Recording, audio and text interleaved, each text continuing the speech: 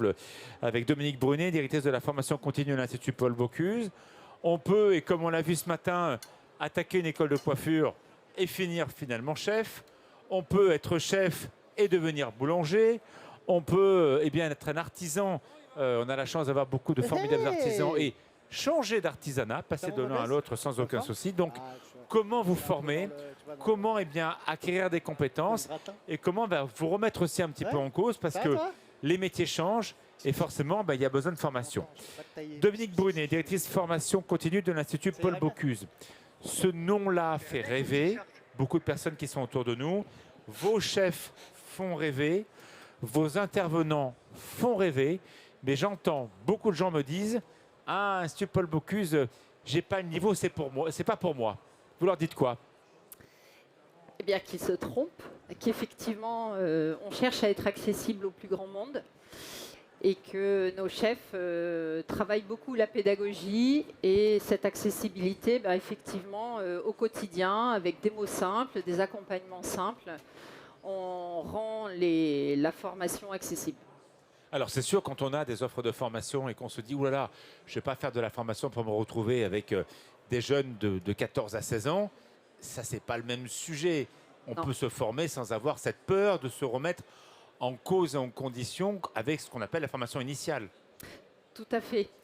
Au niveau de la formation continue et de la formation pour adultes, à l'Institut Paul Bocuse, on accueille des personnes à partir de 25 ans. Et quelquefois, on a des profils qui arrivent presque à la soixantaine. Donc des gens qui ont envie de changer de parcours et qui donc se lancent, j'allais dire presque un défi quand même, parce qu'il faut se remettre dans de l'apprentissage. Ouais. C'est du travail au quotidien. Donc au-delà de la formation la journée, le soir, il faut revoir ses notes et il faut apprendre. Voilà, donc effectivement, mais on a beaucoup de sollicitations sur ce sujet. Et des gens qui se remettent entre guillemets en cause pour apprendre autre chose. Alors on va ouvrir le micro de la personne à votre gauche, Madame Géraldine Gosson, on dit comme ça? Tout à fait. Voilà. Vous êtes donc directrice de l'Université du vin de Suze-la-Rousse. Alors c'est vrai que, je ne sais pas vous, mais Suze-la-Rousse, on se dit tiens, oui, ça c'est un peu plus ouvert. Alors à tort, parce que c'est le même cas pour l'Institut Paul Bocuse. Et on a vu des tas de gens qui vont pour un stage plus ou moins long, pour un moment plus ou moins long, pour apprendre aussi le vin, parce que je pense qu'il faut une vie pour apprendre le vin. Mais s'il faut une vie pour apprendre du vin, je peux apprendre quoi chez vous en quelques semaines? Alors en effet, c'est un monde de découverte assez infini. Voilà. Le vin. Ne vous inquiétez pas, il va ouvrir le micro, il va le gérer. Le vin, c'est un monde de découverte infini, donc on peut commencer en tant que débutant, faire quelques formations de 2 jours, même pour un week-end.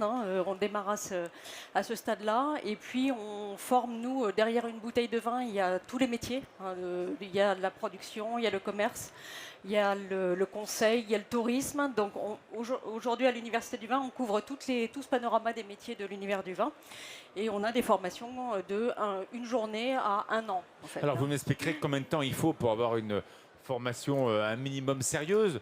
Parce que forcément, quand on parle de formation, parfois on nous dit qu'il y a un peu à boire et à manger. Donc vous allez nous montrer que ce n'est pas une question de temps. Je voulais parler de quelqu'un que vous connaissez qui est un des grands chefs français, Thierry Marx, qui a lancé son opération 100 heures pour vous former à quelque chose. 100 heures pour former quelqu'un à un métier. Est-ce que ce n'est pas une vue de l'esprit, Dominique? Ça représente à peu près 3 semaines de travail. Donc c'est vrai que c'est court. Souvent, sur de la formation pour adultes, on donne les clés. On donne les clés et après, la personne continue d'apprendre.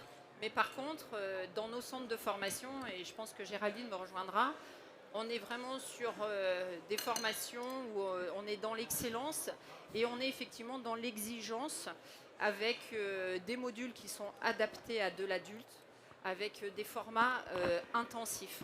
La capacité à apprendre et grâce à... peut gérer son micro parce que voilà, effectivement... Grâce à l'expérience. On va te laisser gérer le micro. Je vais présenter le chef parce qu'effectivement son micro ne marche pas. On connaît bien sûr à Lyon quelqu'un qui a fait autre chose dans sa vie et qui est devenu un chef. Alors après, c'est vrai qu'à Paris, le sujet Verjus est un sujet qu'on connaît bien avec sa table. Je vois, je ne sais pas si j'ai le droit de dire qu'il est là ou pas, donc je dis rien, mais bon, moi je l'ai vu. Alors, j'ai un Marc à côté de moi, donc bon, ben voilà. C'est 2 marques de qualité. Ouais, j'ai 2 marques de qualité. Bon, ben, j'ai un Marc que je connais bien et un autre que je connais un peu moins bien. Marc, bah toi, ton métier, c'était pas ça avant. Exactement, moi j'étais infirmier libéral jusqu'en 2013. Ouais, je vais prendre le micro. Jusqu'en 2013, donc j'étais infirmier libéral avec évidemment comme passion prendre soin des autres. Et je suis allé forcément naturellement vers la cuisine qui est aussi une façon de prendre soin des autres. Et j'ai eu la chance de participer à un concours de cuisine télévisé qui s'appelle MasterChef en 2013 que j'ai eu la chance de remporter. Et ça m'a permis de changer de vie. Et le changement de vie est passé évidemment par une formation. Alors MasterChef avait des accords avec le nôtre et pas l'Institut Paul Bocuse. J'aurais préféré, c'était beaucoup plus près de chez moi. Et puis je trouve que la formation est d'une très haute qualité. Mais je suis allé chez le nôtre à Paris pendant 6 mois faire une formation qui s'appelle la Masterclass. Je crois que vous avez des accords, hein, il me semble en plus. Enfin, vous avez eu à un moment donné, voilà, sur la pâtisserie. Et j'ai appris toutes les bases de la cuisine, mais surtout de la pâtisserie et de la boulangerie. Ce qui m'aide beaucoup dans mon métier de cuisinier aujourd'hui, parce que le pâtissier a une autre façon de voir les choses et c'est hyper intéressant. Et pendant 2 ans après l'émission, j'ai appris le métier, j'ai fait beaucoup de stages chez des grands chefs, j'ai donc fait cette formation à l'école Le Nôtre. Et ça m'a permis de me sentir prêt. Et on a ouvert le restaurant, je dis on parce que c'est avec mon épouse que cette aventure se poursuit. Le 31 août 2015, on a ouvert l'Inattendu dans le 6e arrondissement de Lyon. Voilà, rue Bossuet. Voilà. Il y a le gourmet de 16 rue de 16 et nous on est rue Bossuet juste à côté. Et ça fait 6 ans et on est ravis. On avait Marc Esqueré qui nous a fait l'honneur de venir déjeuner chez nous. Voilà, qui nous a mis une belle toque avec 12,5 sur 20 au Goemio. Donc c'est chouette. Et puis du coup, on est rentré dans le Michelin aussi avec une assiette. Et on a un restaurant qui marche très très bien. On est ravis. On a toujours autant de passion et on a toujours envie d'apprendre. J'ai eu l'occasion d'aller donner un cours une fois à l'Institut pour un groupe privé. C'était un des très beaux moments de ma carrière parce que c'est quand on arrive à donner un cours à l'Institut Paul Bocuse, c'est qu'on a déjà fait du chemin. Et aujourd'hui, j'ai fait un dîner chez Enodis pour les chefs. Je suis ici avec vous. Donc voilà, le chemin parcouru depuis 6 ans. En plat, on va faire un filet de lotte cuit basse température avec une fleur de courgette farcie aux pinces de homard, kombava et fenouil, poêlée de courgettes à l'origan et une sauce aux mardines. C'est pas mal, chef. Alors, Emmanuel Tertrais, merci beaucoup d'être avec nous pour Baguette Academy. Alors, vous allez expliquer votre dimension. Devant nous et ici au CIRA, et peut-être encore plus là, aujourd'hui et demain, le jeudi et le vendredi, on va avoir plus de grand public pendant le week-end, mais peut-être parmi vous, il y a des gens qui ont démarré leur métier quand on est un apprenant, quand on a 14, 15 ans. Et est-ce que finalement, quand on démarre ces métiers très tôt, est-ce que ça ne nous conditionne pas toute la vie? En clair, si j'ai démarré mon apprentissage en tant que boulanger à 14-15 ans, je vais finir boulanger. C'est un beau métier, donc un bon choix, comme l'a dit le chef tout à l'heure. Je serais incapable de faire ça, c'est certain.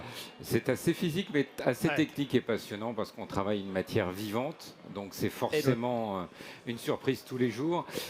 Alors oui, c'est un métier où on retrouve aujourd'hui les filières classiques dont vous parliez. Lorsqu'on a 16 ans, on passe le CAP et après d'autres formules, mais on trouve aujourd'hui... Le BP, le BPM, les mentions complémentaires, enfin tout ce qu'on connaît de la formation initiale. Exactement. Aujourd'hui, on trouve énormément de personnes qui viennent dans cet univers, boulangerie, pâtisserie et cuisine, on en a la preuve ici, dans des phases de reconversion. Et ils ont, à mon sens, jamais eu autant de solutions aujourd'hui sur le marché de la formation continue pour trouver la solution la plus adaptée à leurs besoins. Alors, voilà. On va vous expliquer ce qui est possible. Si vous voulez vous tenter l'aventure de changer de vie ou simplement vous perfectionner. Oui. Mais quand même, avant de rentrer dans les parcours de formation, quand on a déjà démarré le métier depuis longtemps, quand on est Christophe Morand, coordinateur technique de restauration donc, au Crous de Lyon, quand on a déjà une équipe constituée, quand on travaille depuis longtemps, finalement, on est content de le faire depuis longtemps. Et tout on veut baldinguer. Est-ce qu'on ne se dit pas, tiens, je ne vais pas me former de peur que ça ne me change pas trop la tête? Je pense que la formation continue elle est très importante, d'autant plus dans nos métiers de collectivité, où on a On a besoin de se former tout au long de notre carrière, aussi bien sur le plan hygiène que sur les nouvelles techniques. Le chef parlait de basse température, c'est dans l'air du temps. On a besoin de faire de la basse température pour optimiser nos matériels, optimiser le service et la qualité. Et la qualité qui est présente donc tout le temps. Alors on va voir. Guillaume Gomez est avec nous tout à l'heure. Guillaume a longtemps plaidé pour les gens comme vous, c'est-à-dire les gens qui font à manger la France, c'est-à-dire la restauration collective, ces chefs qui font un travail magnifique et qui draguent des équipes pour faire manger les gamins, pour faire manger les hôpitaux, pour faire manger les prisons, bref, pour faire manger la France. Et effectivement, on va voir que vous aussi, vous avez pris en chemin donc, le parcours de la formation professionnelle et que vous êtes aussi, vous aussi remis en cause. Alors, je vais présenter le dernier invité qui est avec nous. Merci beaucoup d'être avec nous, Lucien Boichet, directeur de la formation professionnelle chez les chambres des métiers et de l'artisanat du Rhône. Est-ce qu'aujourd'hui, il est plus facile d'ouvrir un parcours de formation qu'avant? Que dit la loi? Est-ce qu'on a le droit à être bien formé aujourd'hui ou est-ce que c'est compliqué? Alors, je pense qu'aujourd'hui, les dispositifs qui ont été mis en place permettent justement des changements de parcours, permettent de faire des passerelles, permettent aussi d'avoir un accompagnement. Notamment, il a été mis en place ce qu'on appelle le conseil en évolution professionnelle, qui a un accès gratuit, un service qui permet à toute personne qui s'interroge sur son avenir, sur son évolution au sein de l'entreprise ou sur un changement de filière, d'aller voir un conseiller, un spécialiste, un espèce de conseiller d'orientation, mais Donc dédié aux on ne adultes. parle pas de la formation, on parle du conseil. On parle d'un premier conseil qui permettra ensuite de prendre une décision et d'ouvrir un parcours de formation. D'ouvrir derrière un parcours de formation et d'avoir aussi des informations sur les financements qui sont attachés à ce parcours de formation. Alors, je vous pose quand même ma question, parce qu'effectivement, la formation tout au long de la vie a été un peu sous le feu de l'actualité des dernières années. On a vu des organismes de formation, surtout et sur n'importe quoi.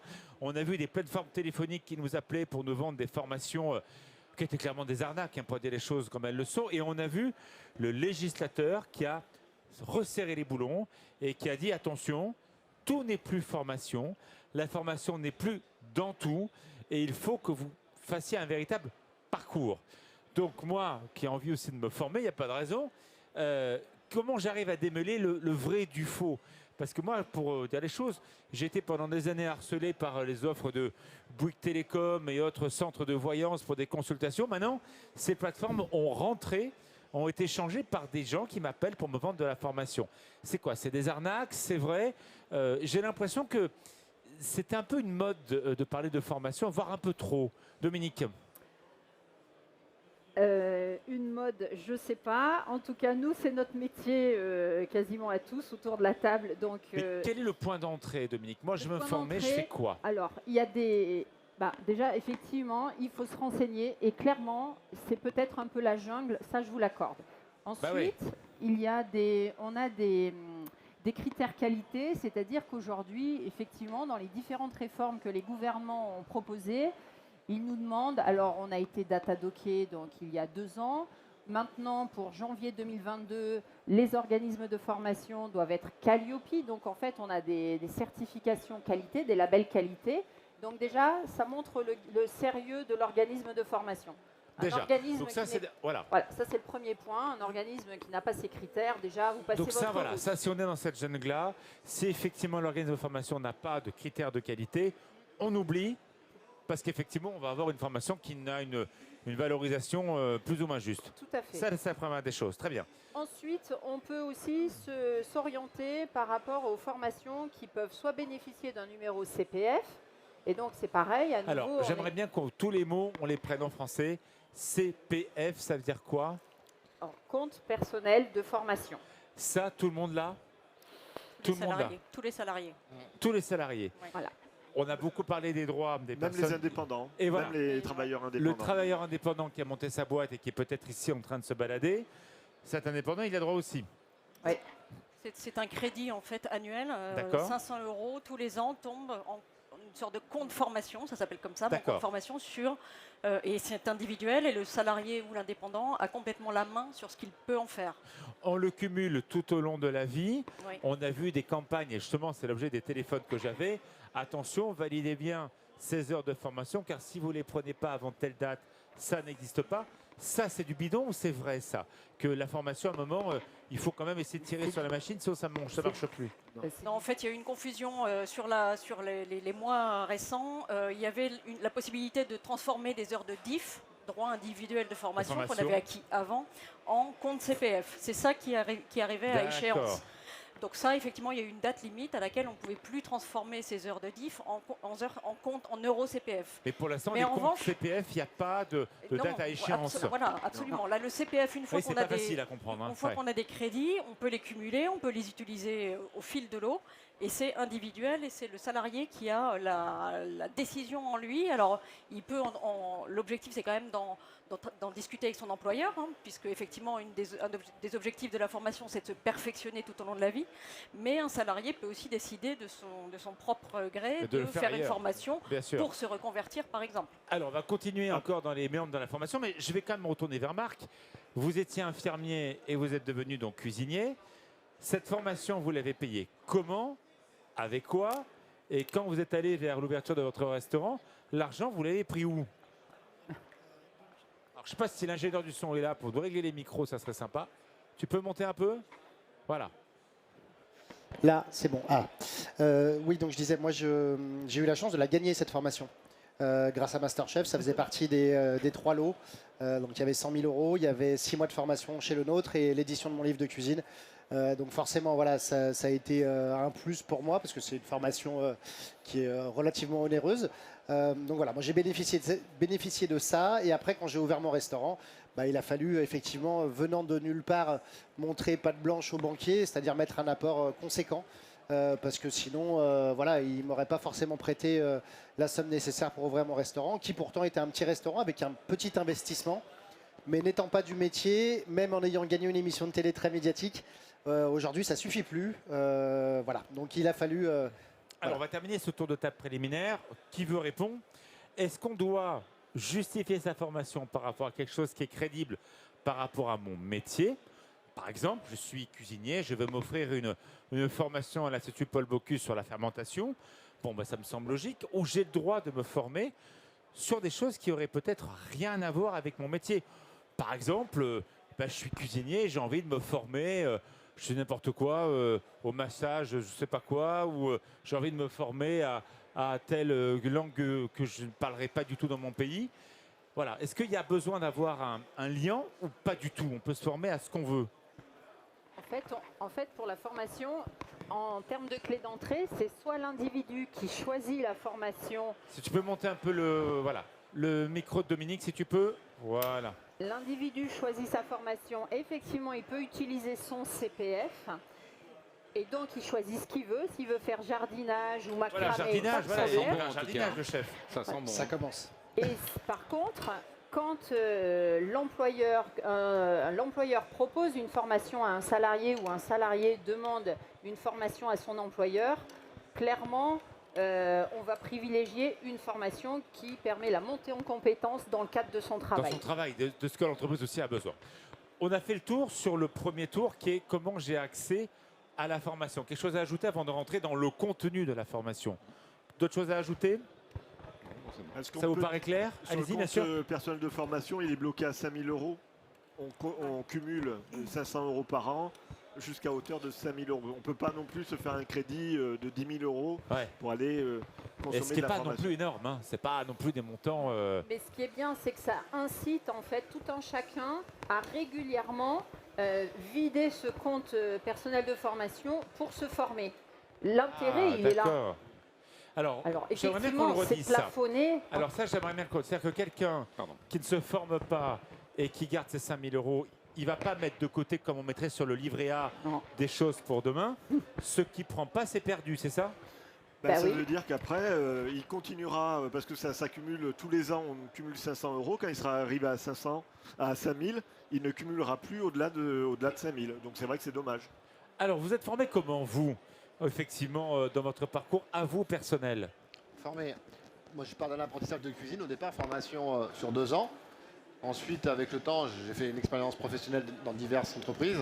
Je suis rentré au Crous en 99 et j'ai eu la chance d'entrer dans un organisme où on est formé en interne, mais aussi avec des partenaires comme l'Institut Paul Bocuse, où on a quand même pas mal de formations sur le végétarien, sur la basse température et autres. Et puis maintenant, j'ai la chance d'être formateur moi-même, mais en interne et aussi nationalement pour les CROUS. Ah d'accord, donc vous allez former On va des gens former. comme vous dans d'autres CROUS pour Exactement. continuer la formation tout au long de la vie. Exactement. D'accord, très bien. On a fini sur la première partie qui est l'accès à la formation. Maintenant, on va rentrer dans la formation. Est-ce qu'il y a un temps minimum pour la formation? Est-ce qu'il y a un échéancier de temps qui est bon pour la formation? En clair, est-ce qu'on peut se former le week-end? Est-ce qu'on peut se former le soir après le travail ou le matin si on travaille le soir? Est-ce qu'il faut des durées minimum de formation pour que ça soit efficace? En clair, je me forme quand je travaille. À quel moment les plus opportuns je peux rajouter à mon cerveau, moi qui travaille déjà, une autre chose, un autre moment? Ou alors, et qui veut répond, répond, est-ce qu'il faut que j'arrête de travailler pour me former pendant un temps qui est plus ou moins court? Parce que c'est quand même compliqué de concilier les deux. Qui veut répondre à cette question-là? Moi, je pense que ça dépend, mais Oui, ça dépend de bien la sûr. formation qu'on veut faire. C'est-à-dire qu'il y a des formations qui peuvent être dans le cadre du travail pendant 2, 3, 4 jours pour acquérir une connaissance complémentaire. On parlait de basse température, ça peut être aussi sur le végétarien, ça peut être des formations qui sont complémentaires à nos métiers et qui nous permettent d'avoir des armes pour évoluer dans ce métier-là et en tout cas de dispenser aux autres, en tout cas d'acquérir des techniques qui permettent de s'améliorer au quotidien. Chef, on en est où sur la recette? Et bien là, j'ai commencé à dresser les 3 premières assiettes. J'espère que vous avez les premières odeurs qui vous arrivent jusqu'aux narines. Très beau en tout cas. Hein. C'est un des plats de la carte? Pas du tout, c'est un plat que j'ai réalisé aujourd'hui donc pour le déjeuner des chefs pour Enodis et GL Evans ce midi. Donc voilà. Beau ça. Hein. Votre restaurant, il a un nom particulier. Ouais, l'inattendu. Pourquoi? C'était votre vie qui était inattendue? Bah, c'est un peu, oui, voilà, c'est le parcours. C'est assez inattendu de nous retrouver dans un restaurant aujourd'hui par rapport à tout le parcours qu'on a pu avoir. Donc on trouvait, le restaurant s'appelait comme ça quand on l'a racheté. Et on trouvait qu'en fait le nom collait super bien. Parce que mon épouse était aide-soignante. Et qu'aujourd'hui, bah, voilà, c'est mon associée et elle est également, elle s'occupe de la comptabilité, gestion et du service également. Elle a fait une formation d'ailleurs, elle, création d'entreprise. Donc elle a pu bénéficier de son CPF, tout à fait. Et donc ça a été plutôt chouette. Alors j'aimerais que vous me présentiez donc Emmanuel Tertrais, Baguette Academy. Donc vous êtes ici, voilà, pour vous aider à, comme ça, vos micros c'est plus facile. Je me permets. Alors expliquez-moi ce que vous faites. Merci. Baguette Academy, c'est quoi? C'est l'école de d'accord. la baguette, si je prends en Entre anglais? autres, oui, c'était Ah, pour un merci. public à l'origine de professionnels des métiers de bouche à l'étranger. Notre concept est d'amener des contenus de formation sur des fondamentaux à partir de formations en ligne, du e-learning notamment. Merci. Et donc plaisir. notre idée, on n'est pas forcément sur des formations longues, mais plutôt sur des formations de perfectionnement. Sur quelqu'un qui veut apprendre, par exemple, à faire un restaurateur une brioche, on va lui amener des contenus qui lui permettent de pratiquer éventuellement dans son restaurant. Alors c'est vrai que le digital a fait arriver l'e-learning. L'e-learning, c'est un complément à une formation présentielle où l'e-learning pourrait à terme, selon vos degrés de compétences, remplacer la formation présentielle. Vous en pensez quoi? Alors, pour moi, le e-learning doit sublimer la formation présentielle. C'est un Pour complément. vous, c'est les deux. Ça ne C'est peut les pas deux. être uniquement 100% en digital. Non, il suffit juste de regarder un petit peu l'historique. En 2010-2012, les MOOC sont arrivés et tout le monde dans la presse disait que c'était la mort des grandes écoles. Aujourd'hui, les MOOC ont pas disparu, mais ils touchent moins de monde et les grandes écoles sont toujours là. Donc c'est un complément d'information et de formation. C'est plus un outil parmi d'autres, ponctuel ou carrément intégré dans un parcours de formation plus long qui va combiner du présentiel et du digital. Alors, je reste avec vous sur le pain. Il y a peut-être parmi vous des jeunes qui ont attaqué le pain à le fabriquer à 14, 15, 16 ans. Ils sont allés travailler dans des chaînes que l'on connaît. Alors, je vais en citer 3 pour ne pas faire jaloux. Marie Blachère, par exemple, allait travailler chez Banet & Co. ou travailler, alors, je prends le 3e extrême, chez Poilade, mais Dieu sait que ce n'est pas les mêmes types d'entreprises. Et à un moment, par exemple, le jeune qui a travaillé chez Marie Blachère et qui veut partir dans le pain en levain. Oui. Bon, pas tout à fait les mêmes domaines. Eh ben, comment il peut avoir accédé à un moment à ces techniques-là? Et quelque part, quand on se forme au pain en levain, est-ce que c'est pas quelque part un changement de métier? Parce que sans critiquer le travail de ce que font des personnes de l'industrie du pain, le jeune qui fait du pain chez Marie Blachère et le jeune qui va faire du pain chez Poilane ou chez Victor et compagnie, qu'on verra, etc., est-ce que c'est finalement encore le même métier? Alors, dans le CAP ou dans la formation de base, il apprend quand même l'utilisation du levain et de la fermentation lente. Après, il va tomber dans des magasins ou des boulangeries ou des chaînes qui ont des cultures différentes, en tout cas des process. Et ça va dépendre beaucoup, je dirais, du boulanger chez qui il apprend son métier, d'une part. Et vous avez des formations très spécifiques dans le domaine du travail du pain bio au levain, pour certains centres de formation, ou des écoles qui font des semaines de perfectionnement dans ce domaine-là. Oui, mais là, il ne faut pas être politique. Enfin, désolé, je vous taquine un non, peu, non, mais ouais. quand on passe de Marie Blachère à Victor et compagnie, parce qu'il sera là dans un de nos trucs, est-ce que le mec, il fait le même métier? Et en clair, est-ce qu'il ne faut pas reprendre plus que des bases? Ce n'est pas le même esprit. Est-ce que la personne ne fait pas simplement autre chose? Alors, Après, il peut y avoir une notion d'artisanat. Ouais. Et puis, effectivement, après, des entreprises qui se rapprochent gentiment de l'agroalimentaire, en fait. Après, C'est autre chose. Lucien. on a beaucoup de personnel qui passe d'une entreprise à une autre. Donc, les passerelles entre ces différentes typologies d'entreprises, on peut parler aussi du pain qui sont fabriqués dans les supermarchés. Où pendant longtemps, pour les artisans, les concurrents, c'était le centre commercial à côté qui a lancé sa boulangerie et qui, en plus de ça, à l'issue, il formait les jeunes en apprentissage. Et à l'issue de l'apprentissage, les jeunes partaient dans les centres commerciaux. Mais souvent, ils reviennent. Ou alors, à un moment donné, ils veulent aussi créer leur entreprise. Aller-retour qui fait que... Oui, il y a quand même des passerelles qui se font. Et puis, comme ça a été dit, il y a également maintenant des spécialisations de formation. On n'est pas obligé de tout reprendre parce que c'est vrai que c'est des personnes qui ont quand même souvent comme base ont un CAP. D'autres, en plus d'avoir le CAP, ont le brevet professionnel et qui ont fait le choix peut-être parfois d'aller dans des entreprises comme Marie Blachère, on en parlait, comme dans des entreprises, des centres commerciaux, des supermarchés, plus par rapport aux horaires de travail, aux conditions de travail, et qui du coup, à un moment donné, s'y retrouveront et plus. Qui vont forcément changer de parcours de formation. Pour vous, Lucien, pardon, Christophe. Désolé, Christophe. Christophe, vos équipes, quand il y a des besoins de formation, parce que vous êtes donc coordinateur technique, c'est vous qui allez les voir, les jeunes ou les moins jeunes, dire tiens, essaie d'aller un peu travailler ça, ou non, c'est plutôt dans les bilans de compétences, dans les éléments d'évaluation qui font que ils viennent vous voir et vous disent chef, j'aimerais bien aller sur ça, tiens, j'ai vu qu'il y avait une formation à l'Institut Paul Bocuse qui m'intéresserait. Et puis, deuxième question, s'ils ne le font pas, comment on peut établir avec ces salariés cet échange un petit peu... C'est pas facile de dire à quelqu'un bon, Coco, on va te former, parce que là, franchement, là, ça va plus. Enfin, j'imagine que c'est pas facile d'avoir cet échange-là. C'est surtout l'unité de gestion qui va nous faire remonter les besoins de formation de ces personnels. Une fois par an, le gestionnaire du site fait un bilan de compétences avec ses ouvriers, en mettant les points forts et les points négatifs, et en axant le personnel sur la formation, le conseillant un type ou un autre type de formation. Certes, il faut qu'il soit toujours sur la base du volontariat. Maintenant, si le personnel a accès à une formation ou qu'il voit sur le site de l'Institut Paul Bocuse ou autre une formation qui l'intéresserait, on peut tout à fait, on est en partenariat avec l'Institut Paul Bocuse, donc lui faire faire une formation de spécialisation sur la pâtisserie ou sur autre. Oui, mais quand c'est une autre compétence, je veux bien, mais si par exemple, allez, je suis chef, je travaille dans le restaurant de marque, je suis commis, je travaille les mises en place, je fais des sauces, et que mon chef il me dit ça ne te dirait pas d'aller faire un peu une formation sur les sauces, je risque de mal le prendre. Je risque de me dire ouais mais attends, ça veut dire quoi? Ça veut dire que mes sauces elles sont pas terribles. Ça peut arriver ça, non?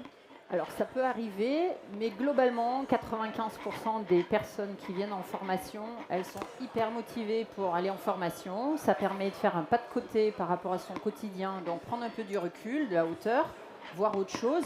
Et les gens ils sont extrêmement motivés. Ce pas de côté, j'aimerais qu'on en parle. Ce pas de côté, c'est quoi le mieux? C'est des heures en plus que l'on fait dans les jours où on est off, ou c'est vraiment aussi s'aérer la tête et essayer de sortir complètement du quotidien du restaurant? Peut-être, vous êtes un petit peu délocalisé à Suze-la-Rousse, où on est dans la vallée du Rhône, où forcément des personnes font des kilomètres pour venir. Est-ce qu'il n'y a pas un côté un peu bénéfique de tenter une formation dans un univers qui surtout ne doit pas ressembler à chez soi, parce que c'est là qu'on se forme le mieux. Vous en pensez quoi? Je suis complètement d'accord. Mais vraiment, je pense que le fait de sortir un peu du quotidien, ça permet déjà, il n'y a plus la notion de hiérarchique. Et ça, je pense que c'est important. Du coup, quand on va se former dans un contexte différent du nôtre, on est ouvert, il n'y a plus je suis dans l'entreprise où je travaille et je vais être jugé. J'arrive comme un stagiaire, j'apprends et je prends tout ce qu'on peut me donner. La restauration, c'est un métier de partage, que ce soit de la restauration collective ou traditionnelle. On a besoin pour progresser de partager avec nos chefs, avec nos collègues, etc. Et c'est vrai que d'aller voir un peu ce qui se passe ailleurs, c'est forcément formateur. Oui, et un des enjeux de la formation, un des Géraldine. intérêts, c'est d'apprendre du formateur, mais aussi la richesse vient des échanges entre les personnes qui sont formées Oui, c'est vrai ça. elles-mêmes Ouais. et qui ont des expériences diverses. Et le partage d'expériences, je dirais pas, est aussi important que la formation en elle-même. Mais pas loin, ouais. Enrichit beaucoup l'expérience de la formation hors les murs. Et donc de le vivre finalement hors les murs ensemble, avec peut-être les mêmes difficultés de l'apprentissage d'une technique, et peut-être pendant ce temps-là apprendre autre chose, parce qu'on ne sait pas le faire tout seul. C'est ça? Absolument. Alors dans le vin justement, Géraldine, on l'a vu ce matin, on a fait cette première table ronde très intéressante sur le vin comme étant à l'Institut Paul Bocuse un élément d'innovation. Mais bon, on l'a vu, on avait un meilleur ouvrier de France qui était là tout à l'heure. On imagine que son parcours a été très long et puis avec beaucoup d'apprentissage. Vous, les gens qui viennent vous voir dans une formation courte, qu'est-ce qu'ils peuvent apprendre de professionnel? Dans le sens que, est-ce que, enfin, désolé de dire ça, mais est-ce qu'on ne peut pas tomber dans certaines formations dans un côté un peu gadget? Je ne dis pas que la qualité de la formation n'est pas bonne, mais si je viens pour 2 jours, qu'est-ce que je peux apprendre en 2 jours? Alors, d'abord, ça dépend des sujets. Ce qu'on apprend en 2 jours, on peut apprendre, par exemple, à maîtriser les réseaux sociaux pour le monde du vin en 2 jours. En revanche, apprendre à déguster un vin, ça va être un peu plus compliqué en 2 jours. Et c'est vrai que c'est quelque chose qui se pratique, qui s'expérimente, qui se répète. Donc, c'est vrai que on essaie de favoriser quand même des parcours de formation, en tout cas pour les professionnels. Pour les amateurs, c'est autre chose, mais pour les professionnels, des parcours de formation où on va pouvoir développer leurs compétences, évaluer leurs compétences à la fin de la formation. Et ça, c'est vrai que, en tout cas, sur les aspects de dégustation, par exemple, moins de 4 jours, c'est difficile de... Ça passe par quoi? Ça passe par de l'évaluation croisée, c'est-à-dire que j'évalue mon formateur ou j'évalue ma formation et on m'évalue pour me dire ou dire à mon employeur que j'ai progressé. C'est forcément comme ça? C'est forcément cette évaluation croisée? C'est un passage obligé? Les critères qualité dont parlait Dominique, c'est ça. C'est nous, pour montrer le sérieux et l'efficacité en fait de nos formations, on doit évaluer à la fin de la formation que l'apprenant a acquis les compétences qu'on doit délivrer. Donc ça, c'est à nous de le faire. Et également dans une logique qualité, nos apprenants évaluent eux-mêmes le formateur. C'est-à-dire qu'il y a un retour de satisfaction sur la qualité de la formation. Donc la boucle est bouclée et c'est vrai que c'est très exigeant, ça nous oblige en permanence à être en recherche d'amélioration et d'optimisation. Marc Boissieu, lorsqu'on est devenu chef et qu'on a eu un autre métier, on m'a dit Marc, il a la pêche, un super chef. Et on m'a dit, je ne sais pas si c'est vrai, tu sais, les chefs qui sont devenus chefs un peu sur le tard et qui ont fait autre chose, ils sont plus motivés et ils ont encore plus envie que les chefs qui ont toujours fait ce métier-là. C'est vrai ou c'est pas vrai? Alors plus, je sais pas, motivé, ça c'est sûr. Après, moi je connais plein de chefs qui font ça depuis qu'ils ont 14 ans et qui sont encore très motivés, qui ont envie de tout arracher, de prouver tous les jours. Moi oui, forcément, quand à 35 ans on décide de changer de vie, j'avais pas le droit à l'erreur, j'ai 2 enfants, j'ai un crédit sur la maison, voilà, un Renault Kangoo, enfin bon, non mais c'est voilà, j'avais pas le droit à l'erreur, il fallait pas que je me plante. Donc forcément j'ai cette motivation-là et aujourd'hui de le faire, d'avoir mis le doigt dans l'engrenage, je suis tellement bien dans ce que je fais qu'effectivement j'ai encore envie d'aller de plus en plus haut tout le temps. C'est vrai que quand on a déjà 10, 20, 30 années d'expérience, ça peut arriver. Ben, quels sont les signes qui font qu'on se dit, oh là là, il faut partir en formation? Au-delà de la compétence professionnelle, je ne sais pas moi, quelqu'un qui s'ennuie, quelqu'un qui a l'impression de faire toujours la même chose. Ils vous disent quoi, les gens qui parfois rentrent dans les formations et qui vous disent, pétard, j'aurais dû déjà faire ça il y a 3, 4, 5 ans parce que vous m'avez redonné le goût d'aller au travail. Racontez-moi des anecdotes que vous avez vécues de gens comme ça autour de vous qui se sont dit, mais bon Dieu, j'aurais dû le faire avant parce que j'allais au travail, je ne savais même plus pourquoi. Allez-y, vous les rencontrez ces gens-là? Ouais, souvent, nous, ce qu'on voit avec des artisans dans les métiers de bouche notamment, c'est que parfois c'est le fait de former des apprentis et de voir aussi comment la formation pour les apprentis, elle évolue et tout, qui leur donne aussi envie eux-mêmes de retourner en formation, de retourner se perfectionner pour aussi être au niveau qui est attendu et qu'on attend de leur part. Hein. Est-ce qu'il y a des moments dans la vie qui sont alors, enfin voilà, les premiers enfants, 28 à 30 ans, malheureusement pour un couple sur deux, les divorces entre 42 et 50, c'est des statistiques Crédoc, hein, donc elles sont assez voilà. Le fait d'avoir payé, vous l'avez dit tout à l'heure, d'avoir fini son premier crédit et qui fait qu'on se dit ouf, ça y est, j'ai fini le crédit, tiens. Est-ce que je me lancerai pas dans autre chose? Est-ce que vous voyez des gens qui arrivent dans vos éléments de formation, qui arrivent un peu dans des éléments de vie croisés parce qu'ils ont fini le premier chapitre de leur vie et ils se disent allez, un homme ou une femme hein, voilà, qui vient de divorcer et puis qui dit allez, voilà, change de vie, je me lance dans le vin, je quitte ma femme, je quitte ma ville, je quitte tout et je vais me lancer dans le vin. Tiens, par exemple. Oui, ça arrive. Il y a effectivement, on arrive souvent effectivement en deuxième partie de carrière. Hein. Les gens en France, on se lance assez vite dans une formation initiale qui est assez structurante, qui nous embarque dans un parcours. Les pas de côté sont pas toujours faciles, donc c'est vrai que la première partie de la vie, on construit une famille, etc. Et c'est vrai qu'au bout d'un moment, alors on parle souvent de la crise de la quarantaine, mais en fait on se rend compte que cette crise-là, elle arrive, elle est très variable. Il y a même des jeunes de 30 ans qui se rendent, et encore plus dans la période qu'on vient de vivre, avec le Covid qui a un peu renforcé ces remises en question, c'est focus sur les priorités. Bon. Et donc là, aujourd'hui, nous, on a des gens vraiment de tous âges, hein, de 30 ans à, comme Dominique le disait, jusqu'à 55 ans, 60, des gens qui même préparent leur retraite d'une certaine façon. Donc on a des profils très, très variés. C'est ce qui fait aussi la richesse des parcours et des formations. 60 ans, ça va Franck. 60 ans et plus. Après, ils ont plus de financement pour payer leur formation. Notre record, quoi, j'aurais pas les sous? Je dirais 59 ans, la personne après. On peut mais pas se former. des gens qui décident effectivement, où ils arrivent à l'âge de la retraite et puis disent je veux partir ouvrir une chambre d'hôte dans le sud. Par contre, il me faut les bases de oui, de la restauration. L'hospitality, évidemment, c'est un sujet que vous connaissez bien.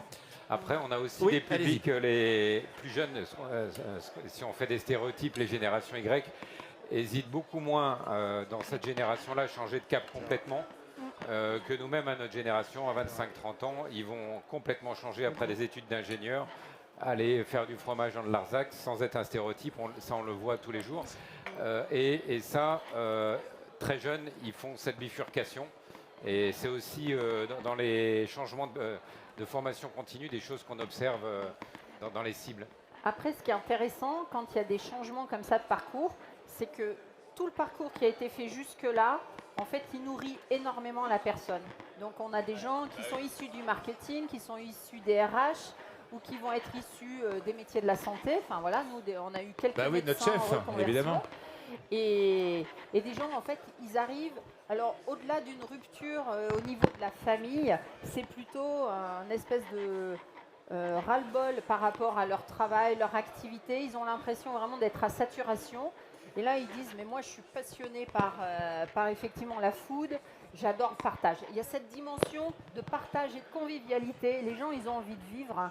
Et les gens qui viennent effectivement chez nous se reconvertir, donc en cuisine ou en pâtisserie, voilà, c'est des gens, ils aiment les autres et ils ont envie donc de se lancer. Donc après, on a tout type de profil. Nous, on a eu des coiffeurs en reconversion, des gens qui étaient propriétaires d'entreprises, des vendeurs de voitures. Donc je vous ai dit des notaires, des médecins. Ouais, Moi, c'est je assez pensais fou. qu'on Hein. restait médecin Un toute médecin sa vie. qui a fait déjà 7 ans, 8 ans d'études Oui, ou 10. et qui remet tout sur le tapis pour faire boulanger. Ouais. Ah non, c'est costaud. Hein. Mais je trouve que c'est une chance pour ces filières-là, parce que ces gens arrivent avec une autre vision, un autre management, des expériences différentes, peut-être moins de métiers à la base, mais ils régénèrent quelque part, je trouve, ces activités-là. Et dans le management, ils ont une autre vision, notamment des équipes. Et Dieu sait que c'est difficile en ce moment, le recrutement et de garder Mais des est-ce qu'il équipes. n'y a pas un peu des modes quand même? La pâtisserie, alors c'est pas Mercotte qui dirait le contraire, mais on voit quand même le succès, je la vois quand même assez souvent. l'évolution de la pâtisserie, l'émission Le meilleur pâtissier où les gens peuvent changer de vie pour aller faire de la pâtisserie. Le vin, quand même, ça fait partie aussi des sujets un peu secrets, de choses qu'on aimerait faire. Est-ce qu'il n'y a pas un peu des modes, des métiers comme ça où on se dit, tiens, seconde partie de vie, j'ai toujours rêvé ça, mais sans imaginer le changement de vie qui va derrière. Parce que faire 3 gâteaux un dimanche avec la famille, c'est une chose, mais le faire tous les jours, être au labo, le matin, accepter toutes les contraintes, c'est pas faire le meilleur pâtissier devant la télé, quoi. Oui, mais par contre, les chiffres, ils sont là pour nous dire que c'est solide. C'est-à-dire que nous, 70% des gens qui viennent chez nous en formation, qui se reconvertissent, ils restent dans le secteur d'activité dans les 3-5 années qui ça c'est suivent. plutôt rassurant. Ah C'est-à-dire bah que oui. le gars, il reste quand même dans ce qu'il a fait, la formation. Oui. Qu'est-ce qu'il aimerait, à quoi il aimerait se former, notre chef Marc Boissieu, le restaurant Inattendu à Lyon? Il y a plein de formations. Oui, il y a plein les de gens formations autour de la mais que table. je regarde souvent parce qu'effectivement, c'est super intéressant de se former aujourd'hui à tout ce qui se fait de nouveau dans la cuisine. Donc oui, sur la fermentation, pourquoi pas, sur la cuisine sous vide. Alors même si j'ai déjà une formation moi, mais aujourd'hui les techniques ont encore évolué. Il y a plein de choses qui évoluent sur la cuisine. Il y a vraiment, enfin moi je me forme tout seul. Parce que j'ai déjà des bases de cuisine qui me permettent, grâce à Internet, grâce à Netflix, grâce à des bouquins. Netflix, mais comment ça, on va se former Chef's Table, par exemple. Ouais, mais c'est de la com. Ouais, mais on y apprend des techniques, on y voit des Ouais. choses. Si Aïe, vous aïe, allez aïe. chercher derrière, avec l'œil peut-être du cuisinier, vous allez voir qu'Alain Passard, quand il fait sa braise, il la cuit comme ça, qui va, voilà. Il est Et malin. donc forcément, voilà, on va chercher des idées comme ça, et ce qui nous permet après nous de progresser, de faire des tests au restaurant. Et voilà. Et pour revenir juste sur l'effet de mode, je suis pas sûr que ce soit forcément qu'un effet de mode. Il y a aussi un truc de se dire, quand j'avais 16 ou 17 ans, j'avais des bons résultats à l'école, on m'a envoyé en médecine ou en droit. On m'a pas proposé d'aller faire pâtissier, cuisinier C'est la seconde chance. ou mécanicien ou Métier plombier, manuel. chauffagiste, etc. Et on se rend compte que c'est des métiers de passion, ça aussi, tous ces métiers de l'artisanat, et qu'on y revient peut-être après parce qu'on se dit, mais ça j'aime bien faire ça, j'aime Il bien est très travailler de mes content, mains. Lucien. Je pense que c'est quelque chose qui lui plaît beaucoup, ce discours-là. Ben, complètement, parce que c'est en fait c'est le cœur de notre métier et également nous en tant que chambre de métier de l'artisanat, c'est qu'on tous les jours on entend ce discours-là de la part de parents ou de jeunes qui nous disent, tout à l'heure on parlait de médecine, on a parfois des étudiants qui au bout de 5 ans de médecine arrêtent leur parcours en disant mais moi j'ai toujours rêvé d'être boulanger, tout ça, maintenant que je suis un peu libre, je m'oriente, mais c'est dommage, j'aurais préféré le faire plus tôt. Donc c'est vrai que c'est quelque chose qu'on entend régulièrement. On a tendance en France malheureusement à dévaluer un petit peu les métiers manuels. Donc les choses évoluent et c'est pour ça que je pense que l'effet de mode lié aux émissions qui ont pu avoir lieu, donc vous parliez de MasterChef, au final moi je pense que c'est des choses qui ont fait beaucoup de bien aussi à l'image des métiers et qui ont permis justement de faire connaître ces métiers-là. Alors les métiers de bouche en profitent à plein, mais effectivement vous parliez de la mécanique, on parle de la coiffure, de l'esthétique, des fleuristes, etc., qui peut-être eux sont moins connus, quoi, bénéficient de moins d'émissions pour être connus, mais qui sont effectivement des métiers de passion Ah ben également. moi, si M6 me faire un top chef du service, Voilà. c'est formidable. Hein, parce C'est que clair. ça permettrait quand même de rééquilibrer un peu les problématiques entre la cuisine où on a, j'ai envie de vous dire, beaucoup de demandes et la salle où c'est quand même compliqué cette année. Mais même sur les métiers de l'hôtellerie, hein. Les valets de chambre, la réception, bref, tous ceux qui sont dans les étages. Si M6 avait une bonne idée pour relancer tout ça, ça serait quand même pas mal. La toute dernière partie, bien évidemment, c'est la formation tout au long de la vie. Mais est-ce qu'on peut vraiment se former tout au long de sa vie? Est-ce que toutes les personnes ont la capacité à un moment à se remettre en cause? Moi, j'ai travaillé pendant très longtemps avec un chef qui a le plus titré de l'histoire du Goemio, qui s'appelle Marc Vera. Je peux t'assurer que jamais il va se former. Et que pour lui, même s'il a envie de tester des choses, que c'est un très grand curieux, passer le pas à aller faire une formation, jamais. Alors on dit quoi à ces gens-là? Alors nous, nos chefs à l'Institut, bon, ils ne s'appellent pas Marc Vera, effectivement, mais par contre, ils partent en formation. Et ils sont friands et ils adorent ça. Pour eux, c'est une bouffée aussi d'oxygène, c'est aller échanger avec d'autres chefs. Et tous les ans, ils partent dans d'autres établissements ou dans d'autres centres de formation, parce qu'effectivement, on a toujours à apprendre. Ça, vous allez peut-être dans la ligne. Alors ça, vous n'avez pas du tout parlé tout à l'heure, dans le sujet du compagnonnage.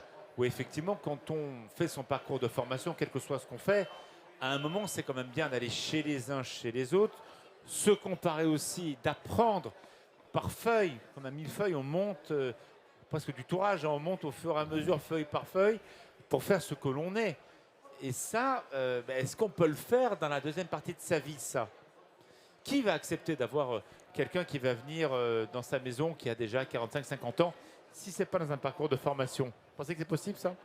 Ah oui, beaucoup comment dire, de dispositifs sont possibles pour accompagner les gens qui sont en reconversion, que ce soit par Pôle emploi, dans le cadre de parcours de formation des stages, etc. Donc il y a vraiment moyen de se coltiner à la réalité de son futur métier par des dispositifs divers et variés. Oui. Et il faut vraiment le faire parce que il faut se rendre compte de la réalité du métier. Et c'est vrai que changer de vie, changer de métier, c'est souvent changer de vie. Et la Changer de réalité vie. des... Mais Emmanuel, vous dites quoi à quelqu'un qui vous dit « Ah non, je ne vais pas me former, je suis trop vieux ». J'imagine que vous l'entendez parfois. Oui, parfois. Alors, les gens qui déjà font la démarche de venir nous voir, c'est qu'ils ils ont déjà passé ce cap. Mais après, il y a différentes méthodes pour la formation. Ça dépend vraiment de son profil. Vous avez des gens qui ont besoin d'une formation très cadrée, très scolaire, un peu à la chinoise où tout doit être très méthodique, et d'autres personnes qui ont besoin d'apprendre en pratiquant, qui apprennent au fur et à mesure, ils pratiquent et après ils sont confrontés aux problèmes et ils vont aller chercher l'information. Donc c'est plutôt au formateur d'aller s'adapter à son profil. Et effectivement réinventer quelque chose à partir de là. Même question, Christophe. Ouais. Quelqu'un qui vous dirait « Oh non, je ne vais pas me former, je suis trop nul. Oh, je fais mon petit boulot dans mon coin et puis oh, ça ira bien comme ça. » Alors, vous lui dites quoi? Et moi, je lui dis, forme-toi. Forme-toi, pourquoi? Parce qu'en fait, on a un métier de service et d'obligation aussi, où de plus en plus, la restauration, qu'elle soit traditionnelle ou collective, on a des nouvelles obligations. On parlait du végétarien tout à l'heure, c'en est une preuve. C'est obligatoire maintenant dans la restauration collective de faire du végétarien. Mais si les gens ne sont pas formés, ce n'est pas notre métier de base. Le végétarien n'a pas été formé à ça. Si nous ne sommes pas formés, nous allons faire de la salade verte avec 3 croutons et on va dire c'est du végétarien. Ce n'est pas le cas. Donc du coup, il faut qu'on passe par la formation, il faut qu'on forme nos équipes. Et si nos équipes elles sont formées et convaincues, elles pourront avoir le bon discours auprès de notre public. Et ça, c'est très important. Et pour vous, donc, c'est possible de rattraper quelqu'un qui a un peu perdu l'estime d'elle-même parce qu'elle ne croit pas avoir les compétences, ce qui est parfois pas tout à fait juste. Peut-être que la personne, elle est quand même bien mieux formée qu'est-ce qu'elle dit, mais un petit compliment qui irait là, une formation pragmatique qui irait là, changerait les choses. Ah, complètement. De toute façon, ça, c'est de la pédagogie. Des vieux chefs qui disent c'est fini, t'es mauvais, et c'est comme ça qu'on avance. Je crois que ça n'existe de moins en moins, et tant mieux, et ça fait avancer le métier. Je pense que les gens, s'ils ne passent pas par la formation, forcément, ils évolueront pas. Et c'est pas ce qu'on veut. On a besoin d'avoir des compétences dans nos métiers, peu importe lesquelles. Alors, on va refaire un dernier tour de piste. Oui, pardon, Moi, Dominique. je dirais deux choses. Je dirais, à quelqu'un qui ne veut pas se faire former, je dirais, essaye et tu verras. Mais il faut essayer. Et la deuxième chose, il est très pas que le formateur il soit un excellent pédagogue. Et là, pas qu'un très bon technicien. Non. C'est-à-dire, effectivement, être capable de prendre un groupe et de s'adapter à chaque individu. Donc nous, et Géraldine, c'est la même chose. On travaille avec des tout petits groupes de 8 à 10 personnes pour pouvoir s'adapter à chaque cas. Ouais. Nous, on forme également des aides-soignantes des hospices civils de Lyon. Donc, c'est des gens qui ne reçoivent pas beaucoup de formation. Et en fait, c'est un public qui, souvent, le matin, arrive et réfractaire. Et les gens, et qui finalement sont très heureux de ce qu'ils ont vécu. Et donc il faut quand même quelques heures, il faut 2-3 heures pour rentrer dans la formation et pour se laisser, on va dire, effectivement, alors manipuler ou se laisser embarquer. Mais sur une journée, pour en revenir sur la durée d'une formation, sur une journée, on arrive à faire des choses super. On va faire un dernier tour de piste. Je vais vous poser une question très directe à chacun, et en plus la même. Un conseil que vous avez pour bien réussir son parcours de formation tout au long de sa vie. Un conseil, un seul. Allez, on y va, chef. C'est compliqué. C'est très utopique ce que je vais dire, c'est très bisounours, mais c'est pas grave. Croire en ses rêves. Croire en ses rêves et foncer. Voilà. Mais ça me va très bien, Dominique. Voilà. Être ouvert d'esprit. C'est ce que ça permet, la formation? Oui. Chouette. Très bien. À vous, Géraldine. Prendre le temps d'être curieux, effectivement, de trouver de se poser les bonnes questions et pour accoucher du bon parcours par rapport à un curieux, projet. c'est se donner le temps de l'être. Se donner le temps de se poser les questions, de chercher les possibles et pour ensuite vraiment préciser un projet. Emmanuel. Moi, je dirais, c'est trouver le sujet qui donne une passion. On a une preuve, j'ai une preuve à ma gauche. Je pense qu'il s'est même plus rendu compte qu'il se formait à un moment, puisqu'il s'éclatait dans ce qu'il faisait. Donc on parlait même plus de formation, il parlait de passion tous les jours, je pense, quand il venait dans une école autre que l'Institut. Mais si je pouvais, si j'avais le temps, j'irais me former une fois par semaine à la charcuterie, à plein de choses. Lucien. Moi, je dirais, en complément de tout ce qui a été dit, de ne pas rester seul. Il y a plein de systèmes maintenant qui existent pour accompagner les personnes, pour faire le bon choix. Parce qu'on est quand même dans un système qui est relativement complexe, parce qu'il veut s'adapter à tous les profils, à tous les statuts. Donc de ne pas rester seul face à un écran, parce qu'on a l'impression que sur Internet, on va trouver toutes les solutions. De prendre aussi le temps de se faire conseiller, d'aller voir des structures qui existent, qui sont là pour ça, et qui seront guidées sur le meilleur dispositif, le meilleur financement et l'aider aussi dans le choix d'un organisme de formation, d'une formation. Christophe.